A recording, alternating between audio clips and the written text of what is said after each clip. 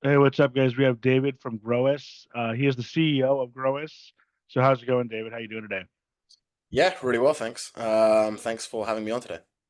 Yeah, no problem. So can you tell us a little bit about yourself first, and then we'll go from there? Sure, yeah. So I'm the founder and CEO of Groas. We are AI agents platform for Google Ads, essentially focused on how we can use AI to make Google Ads campaigns more profitable. Prior to that, I had two lives. One was working as a private equity investor, based between London and Miami, and also as an e-commerce entrepreneur. So done a few different things, but now, yeah, all in on Groas. Okay, cool. So for your company, it's a little confusing to me because I don't really know the world of ads. But I might be interested in it, like potentially for my YouTube channel to get more growth. But how exactly do you how do you you help the ads, right? How do you do that? So I like to think of Groas as essentially Mm. almost replacing your marketing team, right? It's AI agents talking to each other, doing a lot of the jobs that maybe a traditional PPC manager would do, but actually it tries to go above that, above and beyond that. What would actually be possible by a human, right? So one of the key things we do is, for example, generating custom landing pages for every visit that you get in order to tailor that visit that the user experiences based on what they were searching for. So it tries to go above and beyond, but I like to think of it as essentially a 24/7, 365 uh, team of marketing agents working for you, trying to make your ads more profitable. Okay, so if I had like, would it help with like somebody like me who just has like a YouTube channel, or is it more So just for like businesses? yeah, we only focus on Google search. So Google search, you can use Google search, I guess, arguably to grow your YouTube channel, but probably best to actually grow that within YouTube. YouTube has its own sort of advertising ecosystem. But if you had maybe a landing page that you wanted to send traffic to, a website for your podcast, then yeah, for sure that Grass could definitely help with that one. Okay, is it kind of similar to like SEO? No, no, quite different. So in SEO, what you're trying to optimize for is people finding your stuff fully organically, right? You want if someone searches for best, whatever, best technology podcast, you're trying to rank for those keywords, and that's really hard to do, right? That takes a lot of time. You have to build up a lot of credibility in that niche in order for you to actually show at the top when people search for your name. Um, with paid ads, you can kind of skip that whole process, right? You can pay Google money for you to show at the top. That's essentially what it is. What we do is we sit on top of Google and optimize what you're doing through them to try basically get you better results than you might be able to just doing it without any assistance. Okay, yeah, I worked for like an SEO company for a period of time, and it seemed like it was a scam. I mean, I'm pretty sure it was a scam. Like I was doing like sales for them, so we were just like calling the people, trying to get them to sign up, and it was a relatively good process in terms of sales. They somehow had me kind of calling people who Mm, would be interested, and then they would. I mean, I didn't know for sure if it was a scam. It just kind of seemed like that. I didn't really know how much we were doing in the back end. But so yeah. So how old are you? And then did you go to like college or stuff? How'd you start a business? You look pretty young. So how did you start a business so young? You know what I mean? yeah. So I'm 25, nearly 26, in a week. Went to college, studied computer science there. So I've been programming since I was quite young. Um, Not that actually, to be honest, I mean, for Groas, I really don't spend much of my day these days actually writing any code. There's just so many more other things that I need to be doing to make sure the business is successful. I, I guess I always, since quite a young age, knew that I would eventually take that path. I did work as well, obviously, in private equity, saw what it was like, that world, but I always, in my head, knew that I'd be doing my own thing eventually. And have always been doing my own thing since quite young, always been relatively entrepreneurial, whether it was trying to sell sweets in school and getting caught, that sort of thing. But yeah. Okay, cool. Yeah, well, I mean, it looks pretty professional. How long has it been going for the company? Mm. So we started building the product probably at the beginning of this year, back end of last year, right? And then manually onboarding customers, like being very careful who you allow onto the product, probably mid-March or April. So there's a lot of hand-holding. Um, in that was a really important learning, I think, curve for us, right? Because now we actually had raw users, some really big spenders, right? So people spending 6, 7 figures a month already on Google Ads. then putting all that spend through Groas. So the stakes are pretty high, I think, in what we do. We're not just another SaaS company. People are deploying a lot of money through us, so it's something that I think we take very seriously. And then probably, we spent 2, 3 months in that process, learning a lot from users, improving the product. And then about 3 weeks ago, we opened it up. So now people can actually go and sign up directly on the website and get going with it. But that was not the case for probably the longest time in the company. Is we kept it super closed on purpose and only allowed on certain advertisers who we thought that was a good fit with. Okay. And do you guys have like an app or no? Is it just a website, right?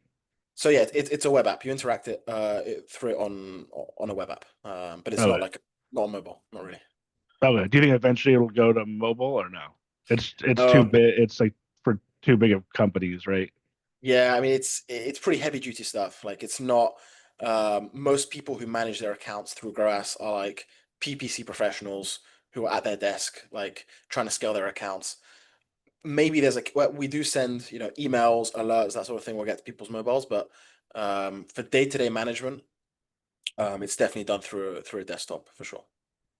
Okay. Yeah. So one of the big topics I like to talk about is AI consciousness in AI.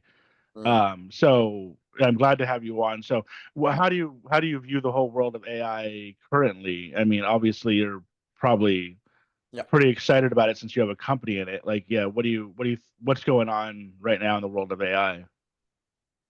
And look, I get this question quite often.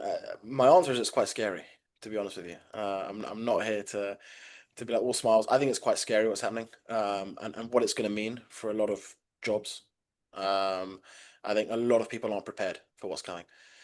You could even possibly argue the same about what we do at Grass, right? We're for now, I guess, augmenting what PPC managers can do, but eventually we'll probably get to a point where our tech, our product is good enough to essentially do away with humans spending their time managing their ads, and you can have AI agents do it for you. We're already seeing that in other professions though, already, right? Like software engineering, already massive drop in people hiring for software engineering jobs. And actually a big part of that, there's several macroeconomic factors, but a big part is AI.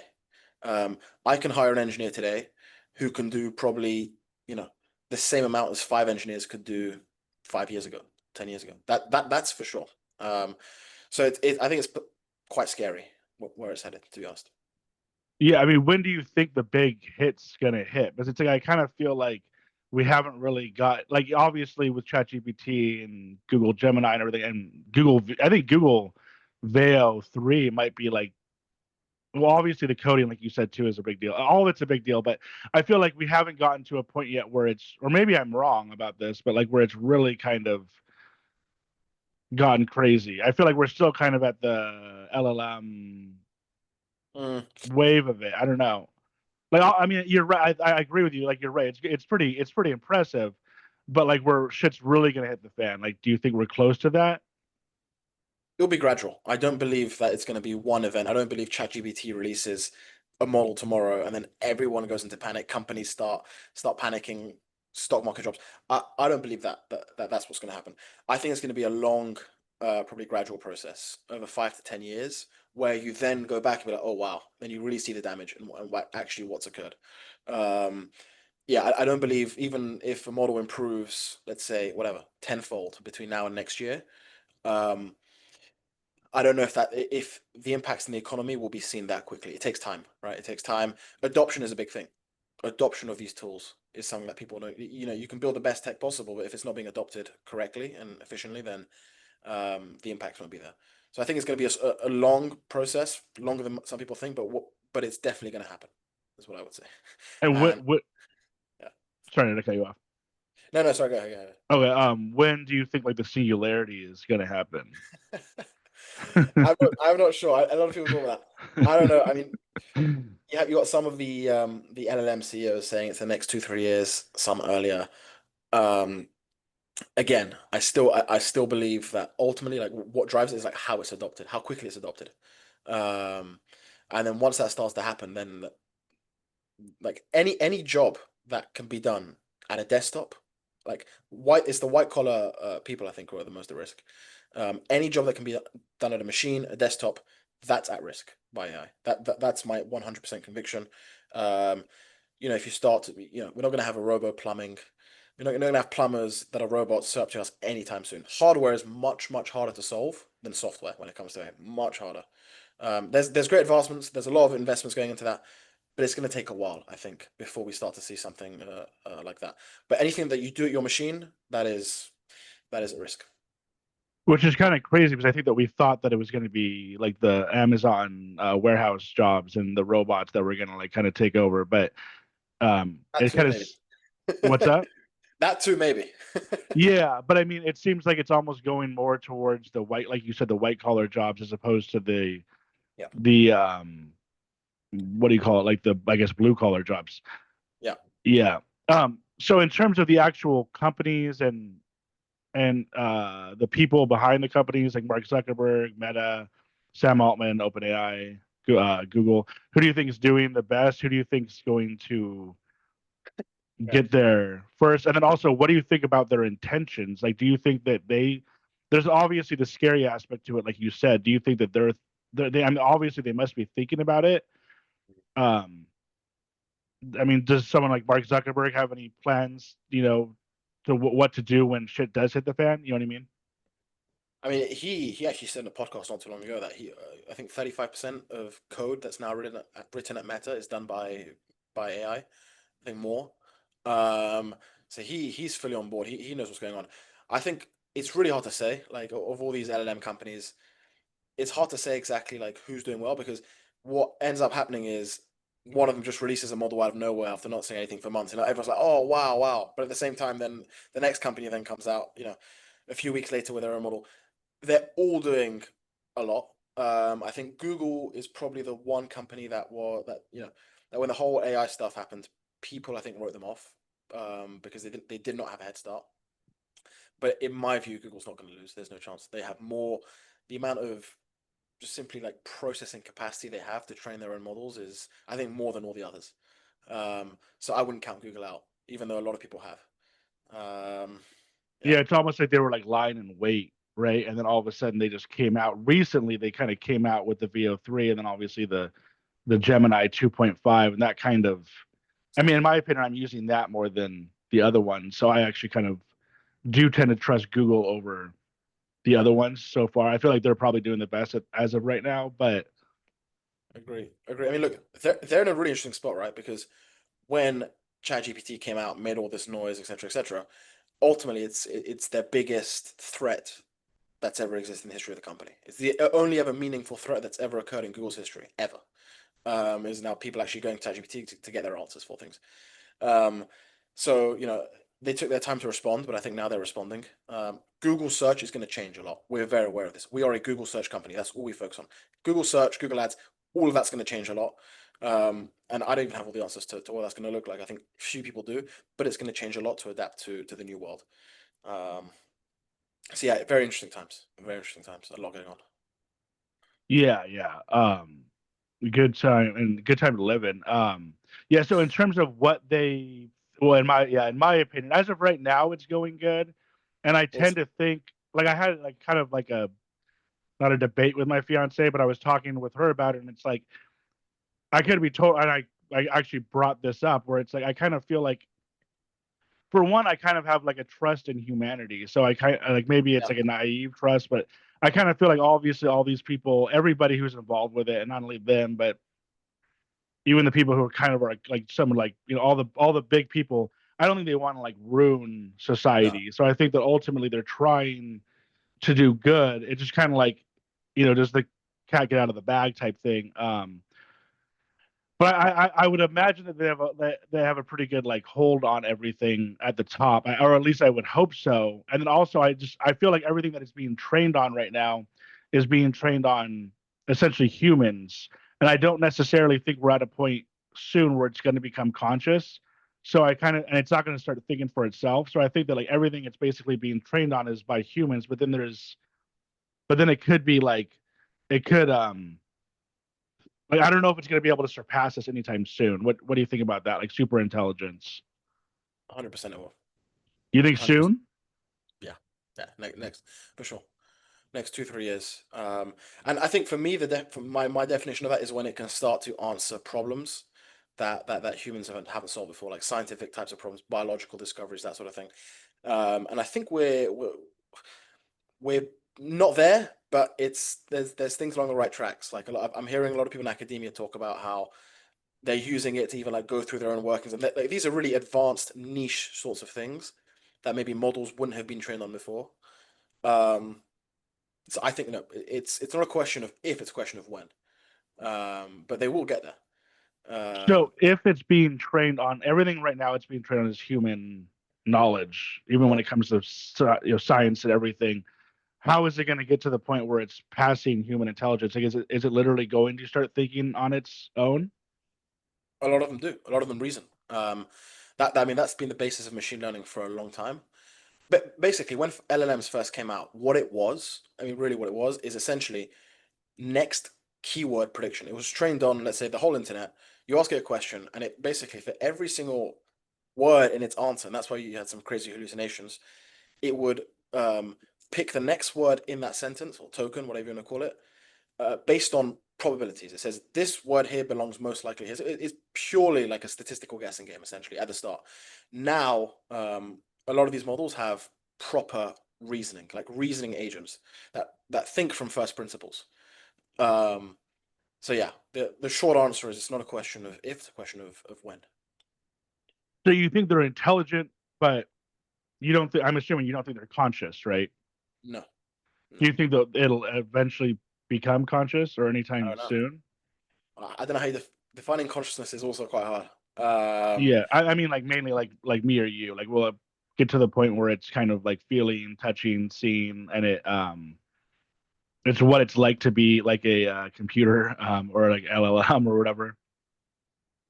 Maybe if we start to attach like actual physical sorts of inputs. Otherwise, most likely no. But we don't know. We don't know. I don't like. Who knows how smart these things are going to get? But the short, of course, they're going to get smarter and smarter. I mean, the amount of compute that's being invested to train the stuff.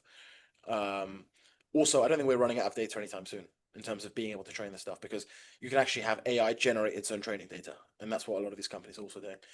So yeah, not a question of if, it's a question of when. Yeah. So I mean, do you think that do we know what the guardrails we have in place are as of right now? I mean, there's some organizations, some companies that try and actually do this or implement this. It's really hard to do. It's just really hard to do because a lot of these guys are doing is like they're innovating.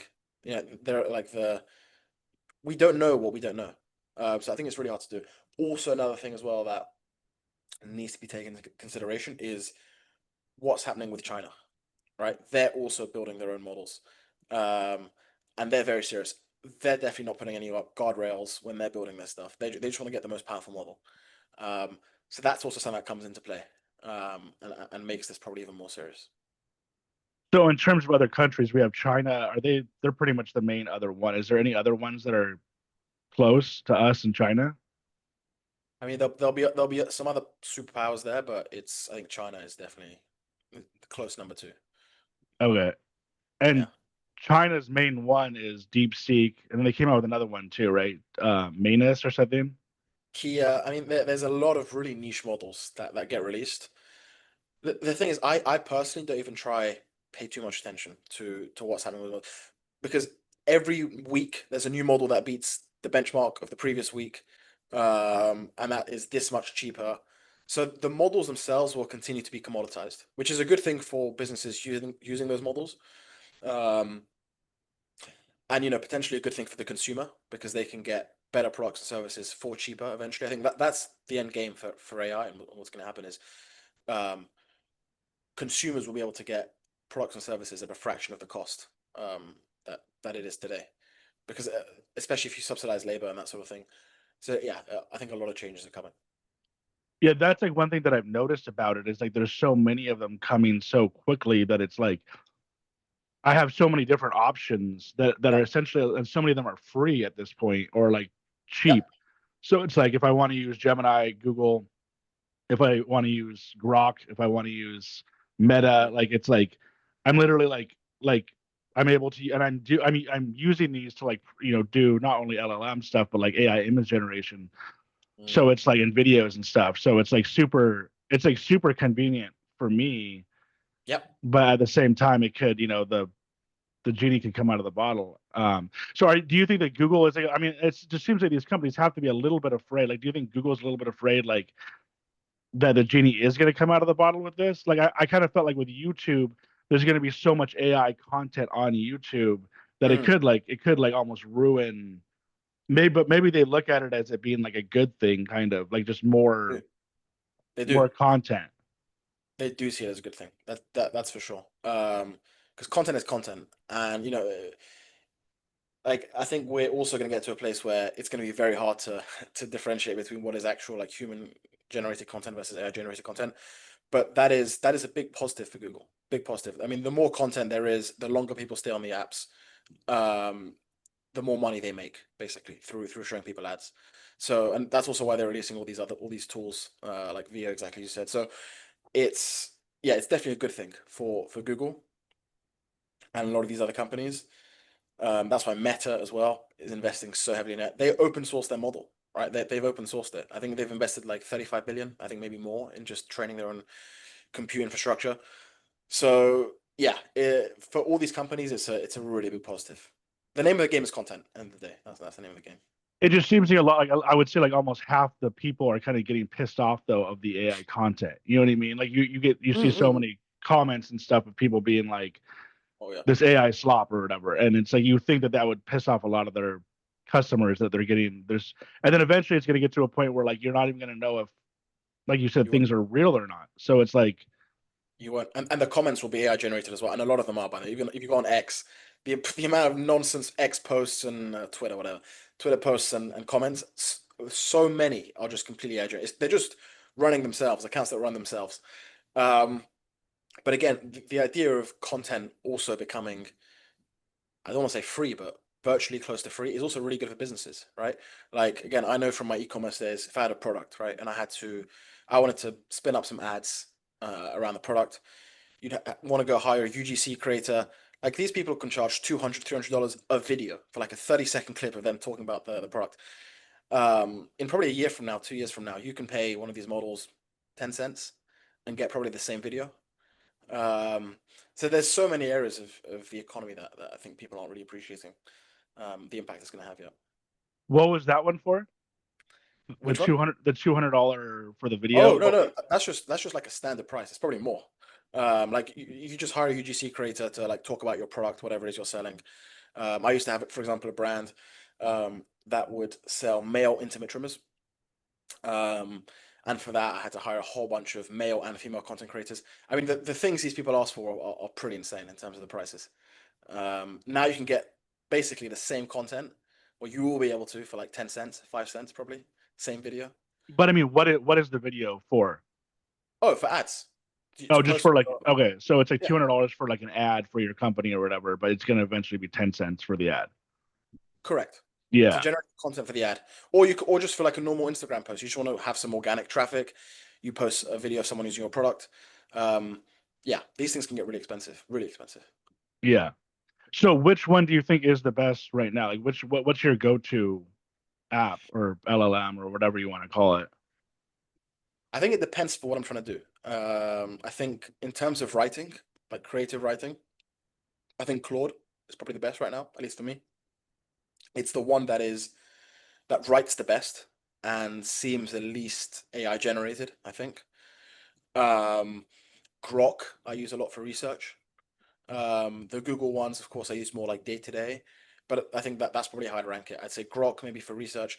Also, what I like about Grok is it reads Twitter posts, and Twitter posts tend to have sometimes some good things in there, like niche things that maybe the other LMs won't pick up on. So that's my order. Probably Claude and Grok, and then Google as well for other day to day things. Do you pay for any of them?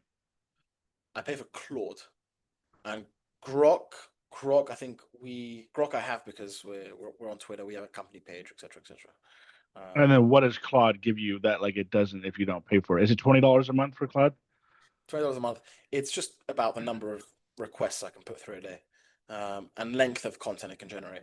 It's more generous if you pay in terms of the length of the content you can generate. Like blog posts, for example, can be useful for that. Like generating ideas, that sort of thing. And it's better for, isn't like Claude the best for like coding, right? I feel like I've heard that. Yeah, a lot of people say that. My engineers use a mix, but yeah, Claude as well has a good rep amongst coders. But also Grok, like Grok released something like whatever a week ago, and now apparently it's the best. So it's always changing. Yeah, I feel like Elon Musk is kind of like seems like he's like coming for, it kind of seems like that with Mark Mm, Zuckerberg too, but kind of coming for OpenAI. They're like he's like pissed, you know what I mean? He's on like a sure. vengeance with it, and like he's trying to get his grok out there as quickly as possible.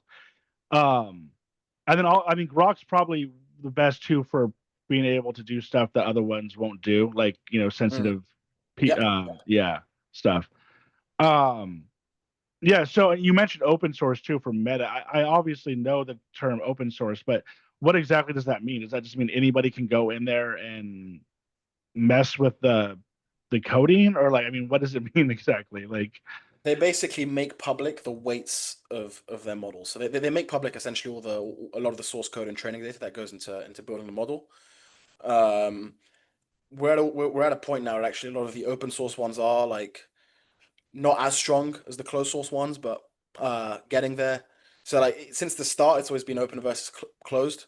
Um, I've messed around with both. I think closed still wins, but the benefits of open source is you can run it for a lot cheaper. Like instead of using, let's say you want to build an app, and you want to use API credits from OpenAI to build your app. If you do it open source, you can get that compute for a lot cheaper. So yeah.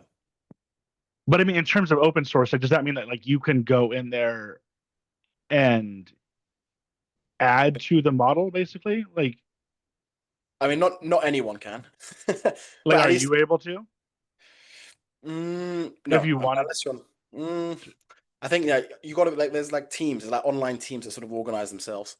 I mean, potentially, but it's not impossible. It's not impossible for me to go ahead and do that. It would be a lot of work. It wouldn't be easy, but yeah, theoretically, I guess it's possible. and then what is that on? Where would you go to do Yeah. that? So there's a Is it like few. Hugging Face or something? Or I've heard these terms like, Yeah. That's the main one. yeah, That's where a lot of these open source models can be viewed. GitHub as well has a few, but it's basically where a lot of these engineers and developers sort of like congregate and share the code for it. Yeah. doesn't it seem like that it could get away from like if you have too many cooks, cooks in the kitchen, it could seems like it kind of like mess up the product, or you know what I mean? Like it just seems like it could get messy. Is there a way of kind of like managing it, like so it doesn't get out of hand? I mean that happens with any software product, any open source software product. It's the same issue. That can definitely happen. There's ways, there's like rules, there's like guidelines you can follow, but that's definitely an issue that can happen for sure. In any whether it's LLM open source models or just any open source software there is, that can happen. It does happen. Yeah. And so so in terms of the main guys, what do you think their main intent is? Do you think it's money? They're just trying to get more money, even though they're already like billionaires or whatever? Or do you, like you said, I think a lot of them actually think that like what they're doing is good for society, even though we have no clue where it's going to go within 5 or 10 years. Yeah, what do you think their main intent is with this? Tough to say.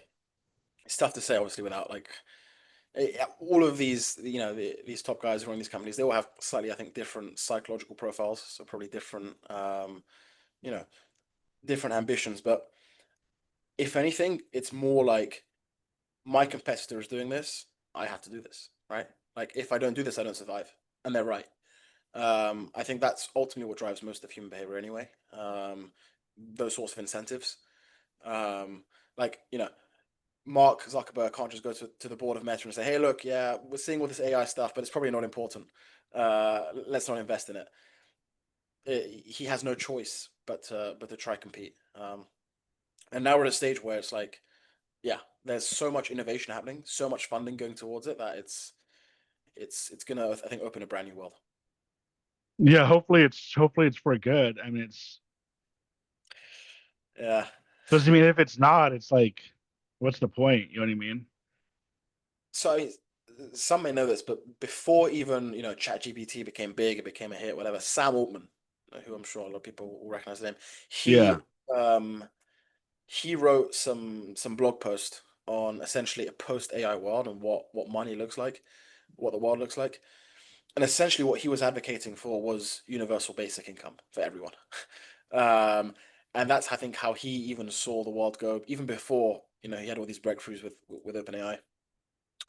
And I think that's quite possible, quite probable that that's actually what materializes over time. When you have AI that can do most of human work, what do humans do? Everyone used to say, "Oh yeah, but like creative things, whatever." I mean, it does creative things really well as well. So yeah, I don't know. I'm quite scared of the whole thing, to be honest. Yeah.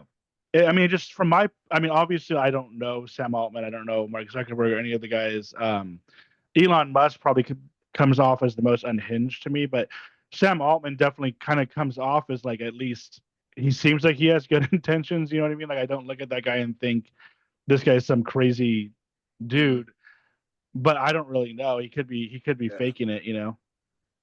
yeah. You never know. I really don't trust too much in what they say. Always watch what they do. I think that's probably the better tell.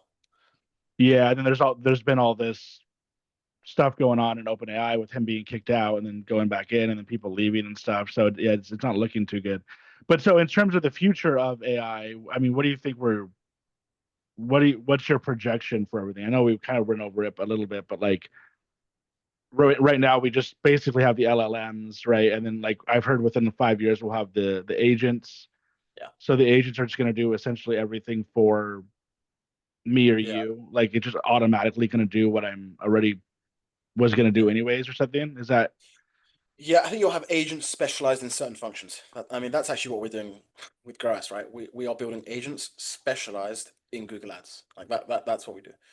Um, but you'll have agents, and we're already seeing it, agents built specifically for software engineering, agents built specifically for answering your emails correctly, agents built specifically for all these all these tasks, and then eventually also, and people are building this already, the orchestration of all these agents. So like making sure these agents also talk to each other, um, in order for you to be as efficient as possible. As we start to head towards that reality, like what do we really need humans for, right? If you think about like a typical sort of desk job, what will we need them for? Um, yeah, it's quite scary. Even I mean, customer support also another really good example. Um, Nowadays, a lot of companies have implemented like just AI agents as their support. They've trained these agents on their entire company data, and now when people have a problem, they ask the chatbot, "Can you solve the problem?" And the agent will, because it's been trained on the company data, be able to point them to a solution within seconds. And they work 24/7, 365. Um, so yeah, I think it's quite scary to be honest. so? How will it look like for somebody like me with the agents? The last guy I had on from India was telling me how like essentially like I was like so basically I'll have to like give over the control kind of to Mm, the whatever chatbot I'm using, the agents I'm using, so that they know what I'm going to do ahead of time, right? Like, because I mean, if they don't, they have to know what I'm gonna do in order to do it, right? mm, So I kind of have to give over. Like, if I don't even really know, if I'm using like Google Gemini or whatever for the agents, I'm gonna basically have to say, okay, here, like, take over my phone or my computer, and then do everything kind of like for me, yes. right? Yeah. Yeah. Yeah. And it But can you be can as still basic have as that choice to be like, no, I don't really want that, this to take over, right? yeah. Well, I mean, like for buying something online, right? Now, like you'll go on Google search, you'll manually go through websites, find the best price, find the best reviews. You will manually for now do all that stuff.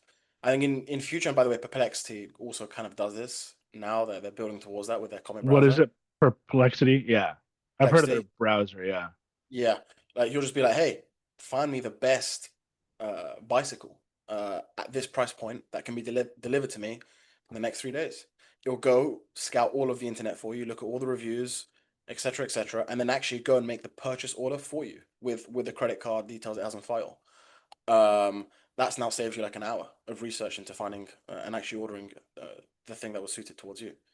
Um, it will start off as basic as that, but then it's going to get a lot more complicated.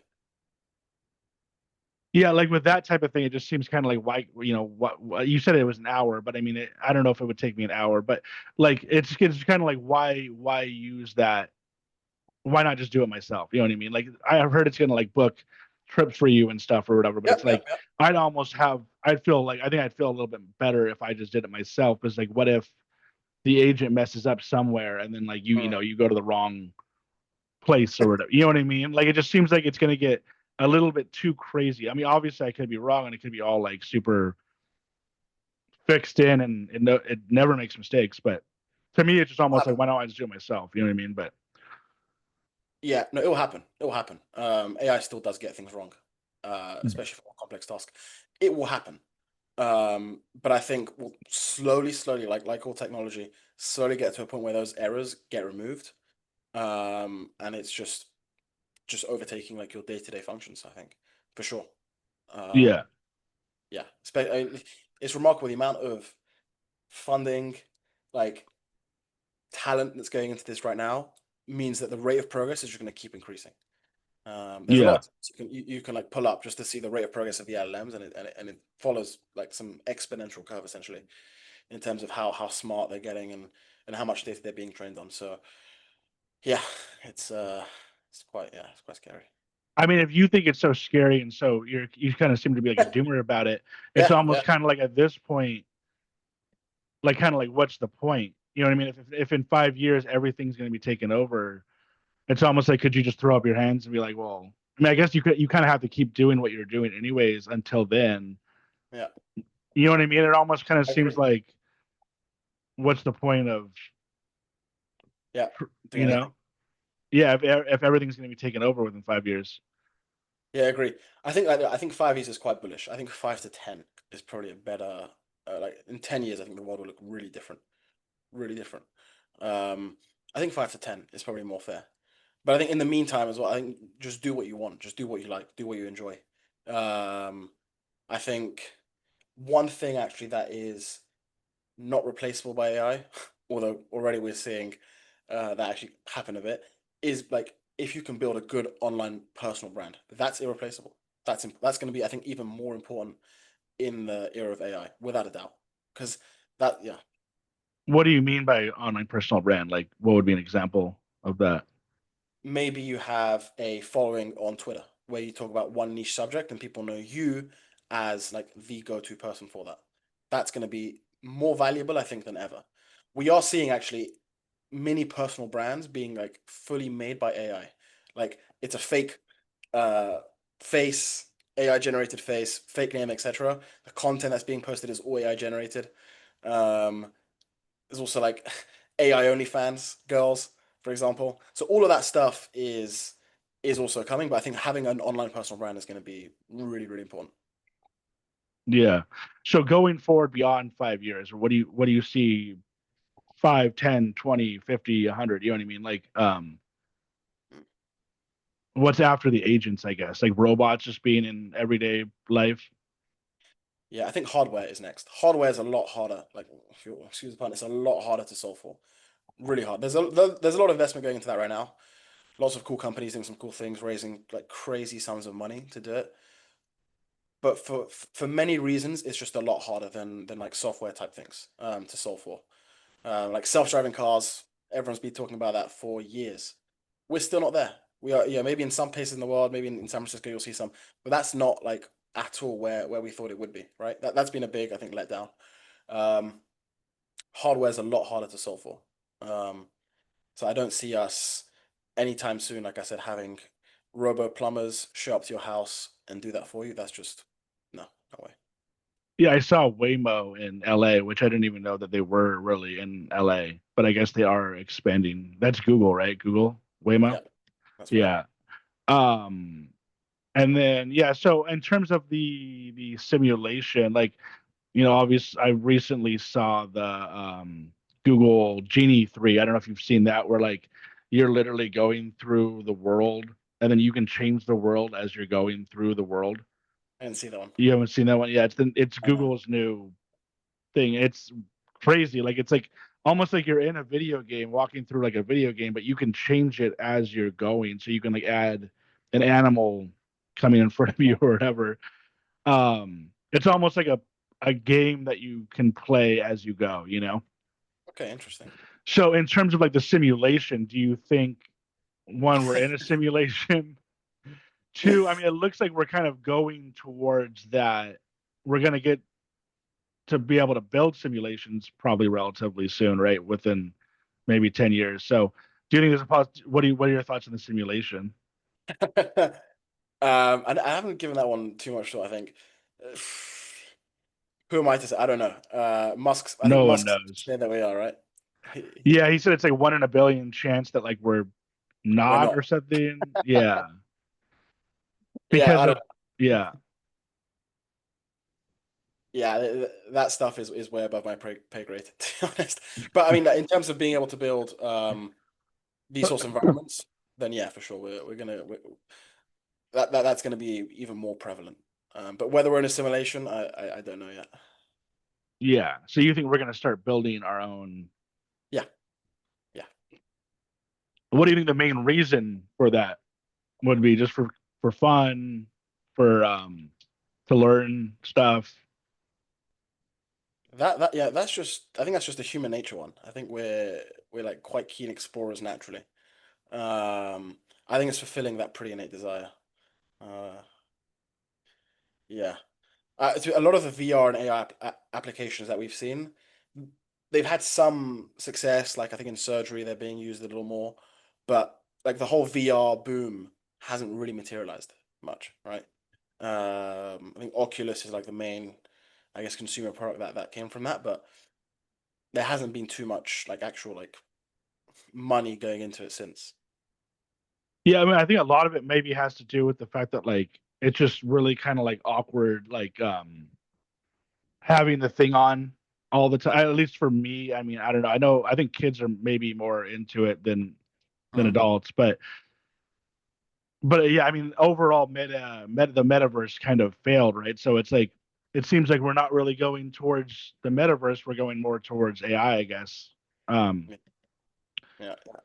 unless we can come up with a certain way to do it without, wearing the big goggles. And I know next is probably the AI glasses, right? I mean, they're already kind of here, but I don't know. For me, it kind of I don't know. Like for me, it kind of seems like the phone's enough. Like I don't like they say the next step is the glasses, and it's like I don't really necessarily feel like I need the glasses. Like it almost seems like the glasses might be a little bit like too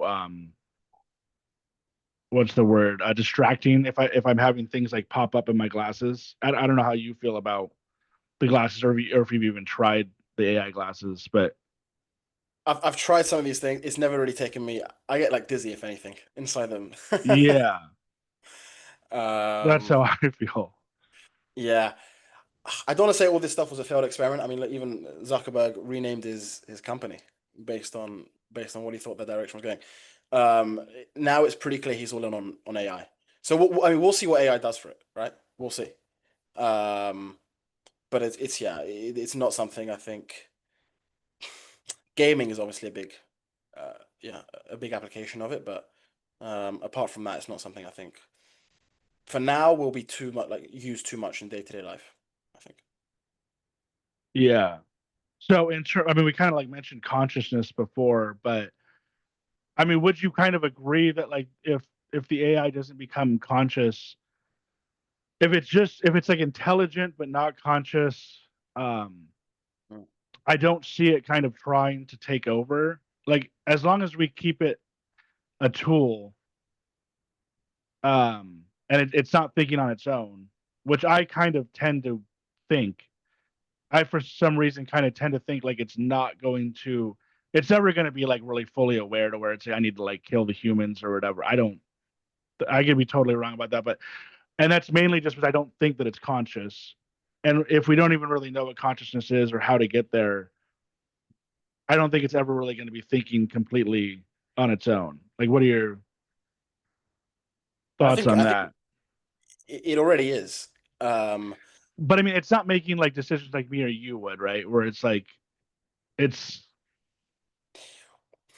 I mean, the more it gets embedded into our lives, the more that risk becomes like if you're just chatting in an LLM. the risks of that are quite small, right? But if it's like self-driving cars, for example, and then all of a sudden it gets the hunch, hey, look, I actually want to cause harm here, it could, and then the you know the consequences could be quite bad. Um,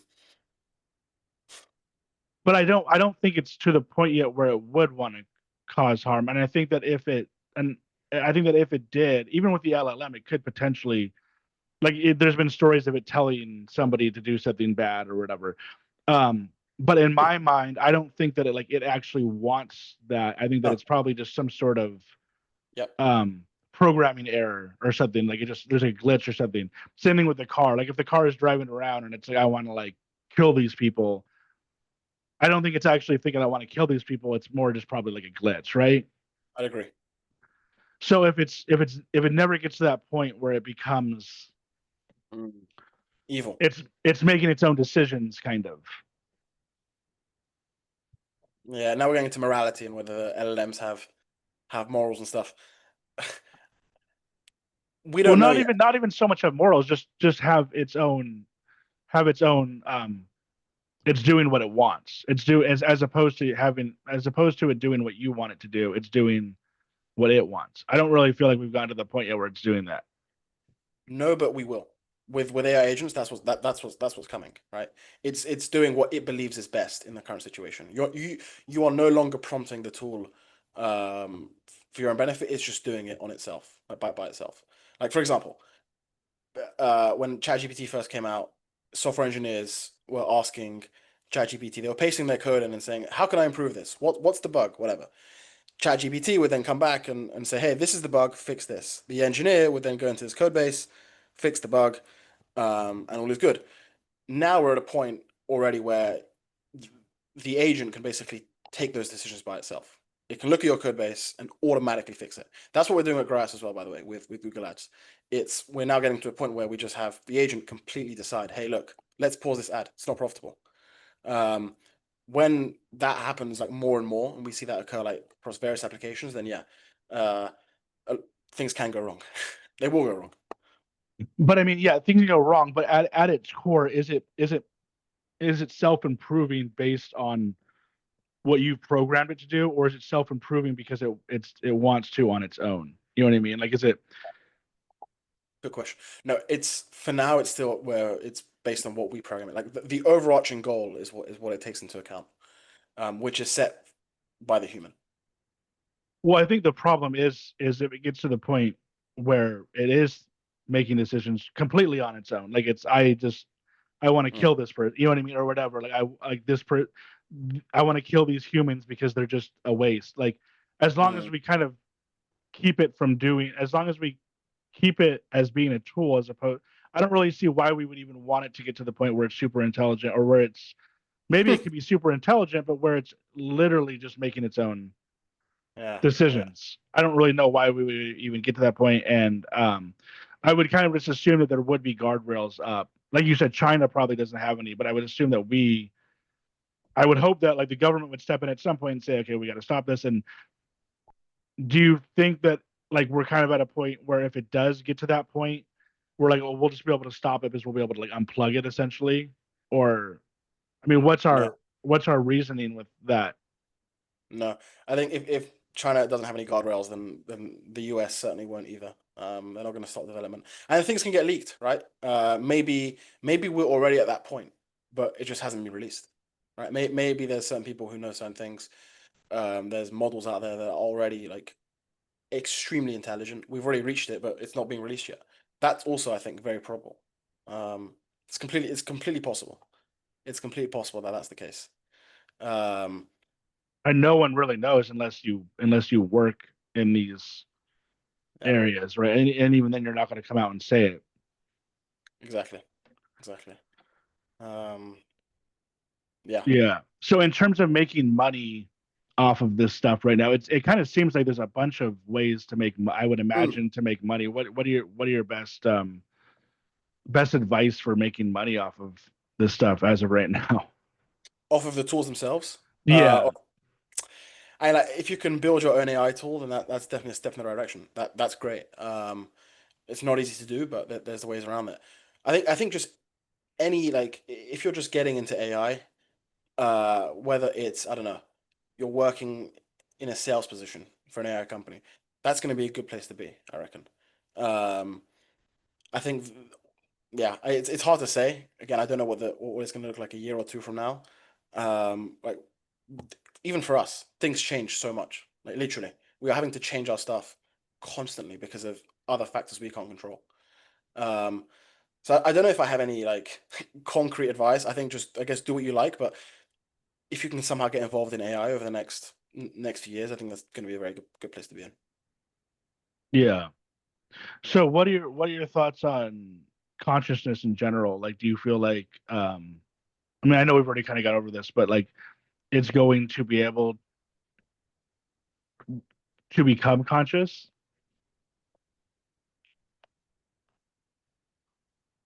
Yeah. I think at a certain point, yes. At a certain point, yes. I think again, it comes back to if we start attaching physical inputs to it, that could change things quite a lot. We're also like even compute, um, which we've always done with silicon and that sort of thing. There's other ways of doing that. Like you can use DNA to actually compute.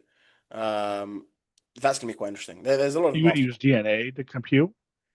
Correct. How do you do that? I'm not an expert in the field, but there's it's actually more efficient. You can get more calculations done through DNA. Yeah, there's many ways you can like compute things. But DNA computers is something that's quite interesting. Quantum computing as well, quite big. When we start to get to that sort of level, then yeah, I think the possibilities become limitless. Yeah. And do you think that it's going to be able to solve all of the the physics questions, like, kind of like it's Yeah, going to, I mean, do you think we'll eventually get to the point where we'll be able to kind of like figure sure. out what's happened in the past and the future? I watched some show called Devs where like they had some supercomputer that was able to like predict or like basically tell what happened in the past and then in the future, and it like figured out that Yeah, like we have no like free will or whatever. Do you think it's eventually going to get to the point where like it's able to solve everything? for sure. I think that's actually a big reason. I think that not just for like the business side, right? Like how it can be applied to business. It's the scientific breakthroughs that these models, I think, will be able to do. That yeah, things that humans have been at for years and not got a solve on. Um, that's something I think a lot of these models will get to, and that's actually not too far away. I reckon, like 2 3 years, probably, maybe less. That it's going to be able to solve everything. Not everything, but But unanswered things that humans haven't been able to solve. yeah. And then do you think we'll be able to get to a point where we can live forever? Or I mean, I've recently read like in by 2050 we'll be able to live to like we're like for 1,000 years or something. No chance. No, No not chance. ever. You don't think? Well, I don't know about not ever, but I mean, with there's a guy called Brian Johnson. He makes a lot of Yeah. noise in the space. I'm familiar with what he does. Yeah, forever is crazy. I can't see that happening at all in the next, let's say, 100, 200 years. Again, not an expert on that topic, but forever is we'd have to make so many new breakthroughs. Like one thing is slowing down aging. That's one thing, which yeah, sure we can do, and like some people are doing, slowing down aging, living healthier lives. But living forever, I'm not sure. Yeah, or I mean, at least getting to the point where we can solve Mm. the AI can solve the diseases or whatever, and then maybe Mm. extending our life. Yeah. Mm. Mm. And then I heard that Brian Johnson, or I heard him say that if we get to the point where we have the AI do everything for us and it can essentially make better decisions than you or I can, then we might as well do that, which seems super like kind of dystopian. But would you say you agree with that? Like if you feel like an AI can do something better than you can, do you think it's just would you would choose to use have the AI do everything for you, I'd agree and with you're that. Yeah. almost making no decisions? Yeah. Honestly, yeah. We already see it. Like in like software engineers already are doing this. They're just like seeing what the AI comes back and saying, "Yeah, approve." It can cause some problems, but I think eventually the AI will know a lot more than humans. No, no doubt. No doubt. He's right. Okay, so cool. So what's your day-to-day life as I'm, interested in the CEO's day-to-day life? Like what are you up to on a Yeah, day-to-day basis? it's changed quite a bit since I started Grass. At the start, really close to customers. So, it'd be like waking up, talking to customers, looking at campaign data, what happened before, talking to engineer, focusing on product, etc., etc. Now my role is changing. Now we're being a lot more customer like. Now we've released a self-serve product and like people are coming and using it, and the usage there has been pretty incredible to see. Now that role is changing. I'm having to do a lot more stuff with media, getting the name out there, more stuff around our own marketing rather than the actual being all in on the product like I was probably for the first 8 9 months. So that's changing. In terms of schedule and that sort of thing, I'm someone who doesn't operate with one. Uh, I also don't like even like weekends that sort of thing. I don't just be like, oh, it's Saturday, I'm gonna stop working. I'm pretty much at this 7 days a week with no break, but um, that's with no schedule. So like I'll wake up when I want, but that means also I probably will go to bed very very late, right? Like 2 3 a.m. That's quite common because things need to get sold. So it's not super glamorous, but for me at this point, it's not work. I just enjoy it. It's not even like I have to be in doing the stuff. Um, I don't need motivation to do what I do, which is why as well I don't. I've never liked schedules as well. I don't operate with it. Yeah. Yeah. And then how many people do you have in the company? Yeah, so we've kept things really lean. There's 5 employees, so well, then a whole bunch of other, let's say, subcontractors that are based all over, and that's pretty much all focused on product and engineering. Um, that's been my main. That's been the only thing I care about is building the best product possible. Um, we're now also again we've got to this point fully self-funded, fully bootstrapped, which is a very uncommon way of scaling, especially an AI company. But that's been completely on purpose by me. Um, since starting this, I've had probably on average one VC a day get in touch with either me or someone on the team via LinkedIn, email, whatever, trying to get access, trying to talk, whatever. Um, but I know that game, and I know that it's just not the way I want to build this company. So up until now, I've been able to keep 100% ownership, um, and keep things really lean, which I think I want to keep. And where is it run out of? Say again. Where is it run out of? Like where is the company headquartered? So technically we're incorporated in the US. We've got a lot of people there, but we are fully remote. So I'm based a bit all over. I travel a lot, sometimes to meet like big customers. Sometimes just for I just want to go see this place, I'll go. But we are fully remote. That in of itself brings some challenges, but that's also something that I wanted from day one. Um, I'm a big believer that talent has no borders. There's great people all over. Some of the best hires or people I've worked with have been based out of countries you probably wouldn't have heard of. um, so that's kind of how I choose to run the company. And you're from England, but you said you're there now, but you're going to be moving back to the America, or where are you going? So next, in a few days, I'm going to Nicaragua, uh, which I've never been to before. It was a suggestion from my brother, and I'll be there until I guess until I want. We'll see how I like it. But yeah, I mean, probably we'll be going to the US as well later in the year. Yeah. What are you going to do in Nicaragua? Like We have like a nice yeah, that's a good question. Why Nicaragua? There's a good beach, good surfing spot. I Like you was can going get to say, are you a surfer? a little bit, a little bit. I love the beach. I love the beach. I love warm weather. Yeah, Uh, so like we've got like a nice big villa there. Again, actually, just the suggestion of my brother. If it was for me, if I was going alone, I wanted to go to Georgia and see what's out there, like in the mountains. Georgia, like America. No, Oh, Georgia, Russia, close to Russia. okay. Uh, um, There's some really good wrestling out there. That'd be quite interesting. But anyway, this is more like something for my younger brother. So we'll be there for at least a month or two, and then see from there. But Some I really think that's cool. What wrestling you said? wrestling. Yeah, in Georgia, there's a lot of good wrestling. Oh, Uh, really?